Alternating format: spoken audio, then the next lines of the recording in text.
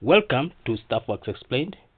If you are here for the first time, thank you and please subscribe to this channel.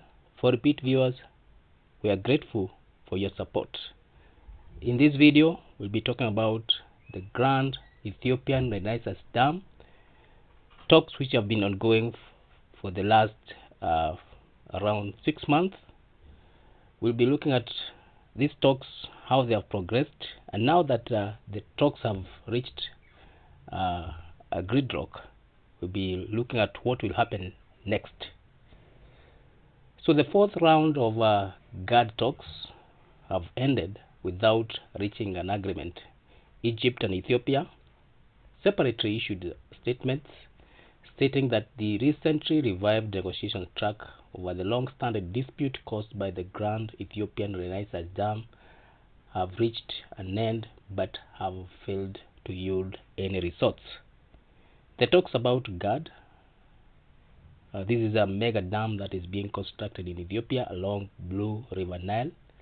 The dam, which is the largest in Africa and 7th largest in the world, has been a source of conflict between Egypt and Ethiopia. Egypt has been relying on treaties which were made in 1909, 1929 and 1959, and these treaties which were made by between Egypt and Great Britain, and also between Egypt and Sudan, allocated bulk of Nile waters to the country, and Ethiopia has been opposing this.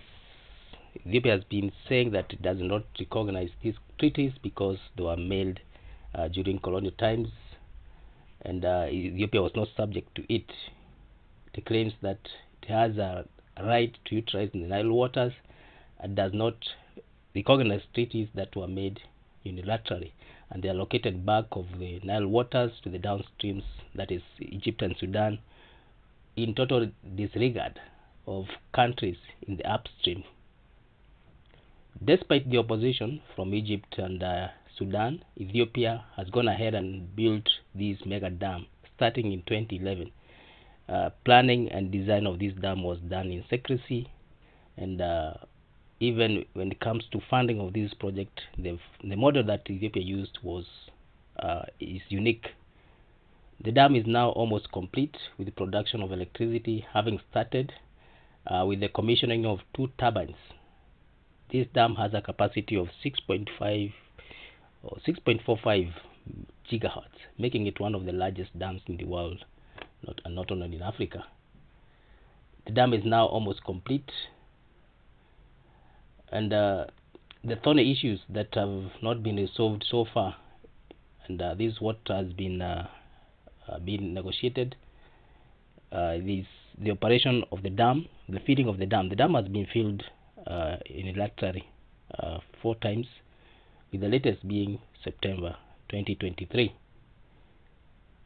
There has been an attempt to resolve these differences with African Union, United States, UAE, among other players coming in, trying to broker an agreement, but this has been largely unsuccessful. These thorny issues regarding operation and feeding of the dam have not been resolved. Talks had stalled until July 2023, when the leaders of Ethiopia and Egypt agreed to revive the talks. They instructed their respective negotiation teams to expedite the process and have it completed by December 2023. Previously, there has been 3 rounds of talks, and each of these round has not used or yielded positive outcomes. So the latest, which was held between 17th and 19th December 2023, still ended in a gridlock. So these 2 countries issued statements on these talks. Egypt on its side said that the talks or the round has been unsuccessful, but it blames Ethiopia for its persistent rejection of any proposed technical or legal solution that would have safeguarded the interests of all the 3 countries. The Ministry of Irrigation and Water Resources highlighted that Ethiopia has been consistent in backtracking on its previous agreed upon understanding reached among nations. The statement says that Ethiopia elected to continue exploiting the negotiation as a cover to solidify a fait accompli on the ground, while negotiating solely to obtain approval from the downstream countries for unregulated and absolute Ethiopian control of the Blue Nile. And this Egypt says disregards the international law. The Ministry of Water asserted that Egypt will continue to closely monitor the filling and operation of the GERD, and it has a right, and this is under international charter and accords, to defend its water and national security in the event of harm. Egypt called this the construction of this dam as an existential threat to it, and it says it's ready to defend its waters if there is any harm. Egypt said that the first two rounds of talks, which were held in Addis Ababa in September and Cairo in August, showed no change in the Ethiopia stance. So Egypt says that Ethiopia has not been changing its stance. In reply to this statement, Ethiopia expressed its disapproval of what it called a misrepresentation of its position by Egypt. Ethiopia said it ought, during the talks, to address the major issues of differences and reach an amicable agreement.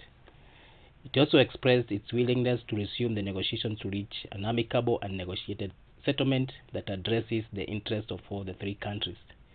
Egypt and Sudan have been seeking a binding deal on filling and operation of the mega project, but to no avail. However, Ethiopia seeks to sign an unbinding guidelines on the dam filling and operations, and come up with the rules that can be modified at any time at its discretion. So Ethiopia does not want to sign any binding guideline. It wants something which is flexible, something which will depend on the situation. So in the absence of an agreement with the downstream countries, that is Egypt and Sudan, Ethiopia has filled the dam 4 times, with the latest being the September 1. Egypt relies on Nile for its water, that's what it says, and it fears that the dam, if filled and quickly, will harm the country, which is already a water scarce country. Egypt's annual shares of the water is 560 cubic meters per person, and this places the country as water scarcity region. Ethiopia, Egypt, and Sudan have been conducting these talks, with the latest one being the 4th round of talks, which was between 17th and 19th December 2023, which was held in Addis Ababa, Ethiopia. So these rounds of negotiation have been conducted following an understanding of the two leaders, Abiy Ahmed of Ethiopia and Abdel Fattah al-Sisi of Egypt, and they agreed on 13th July 2023 to expedite these talks. Ethiopia says that the negotiations have helped the three countries to have an in-depth discussion on the major issues of difference. It says that during this round, Ethiopia says it has endeavored to and keenly engaged with the two lower riparian countries to address the major issues of difference and reach an amicable agreement. Egypt, in contrast, has maintained, according to Ethiopia, has maintained what Ethiopia calls colonial era mentality, and it has put roadblocks against any efforts towards convergence. On its side, Ethiopia says that the negotiations on the guidelines and rules of the first filling and annual operation of the GERD is meant to enhance confidence and build trust among the three countries. Ethiopia says that these talks or negotiations are not meant to foreclosure Ethiopian rights on the utilization of the waters of the Nile. In their statement, they say that Ethiopia will continue to utilize its water resources to meet the needs of the present and future generation, based on the principle of equitable and reasonable utilization, which is found in the Declaration of Principles of 2015. And this is an agreement that is signed, the three countries signed in 2015, and it has been the basis of the negotiations that have been going for the last 10 years. Ethiopia wants the three countries to continue to engage in talks, and this time round they want it to be held under the auspices of African Union, which they say remains updated on the matter since 2020 and has facilitated a platform that provides the three countries an opportunity to exchange views in order to reach an amicable solution. After the conclusion of the fourth round of negotiations, Ethiopia says that Egypt has issued a statement that violates UN Charter and Constitutive Act of the African Union. Ethiopia has rejected what it calls the misrepresentation of its position by Egypt. It says that it remains committed to reach an amicable and negotiated settlement that will address the interests of the three countries, and it's looking forward to resumption of the negotiations. So Egypt and Ethiopia leaders are very clear from the onset. They guided their respective officials, among other things, to do all that is necessary to finalize the rules and guidelines for the filling and the operation of the dam. So once they are briefed on the outcome of these talks, they are likely to advise the negotiators to keep on talking. So the fourth round of talks regarding the GERD has been concluded without any formal agreement, and these against what the two leaders had agreed upon. They wanted that by December, that is now, the three countries that are involved in this should have reached an agreement on how the dam will be operated. So what are the likely immediate steps? So one of the first steps is that when the leaders are briefed on the outcomes of these talks, they are likely to encourage the negotiations to continue. Well, then negotiations have not reached a formal agreement. Technical discussions between the three countries are likely to continue, and these talks might focus on the sticking points like drought mitigation or data sharing protocols. The regional bodies like African Union might step up their engagement to facilitate further negotiations. International partners like EU, World Bank, and US could also offer mediation or technical assistance. Each country faces internal pressures related to water security and international pride, so these pressures could also influence the negotiation position and potentially may escalate tensions. The lack of an agreement does not necessarily mean that the negotiations will be over. The urgency of finding a solution to the water sharing issues could push the three countries back to the negotiation table, potentially with revised proposals or concessions. In the absence of an agreement, Ethiopia could decide to proceed with the further filling of the GERD, which could lead to increased tension between Egypt and Sudan.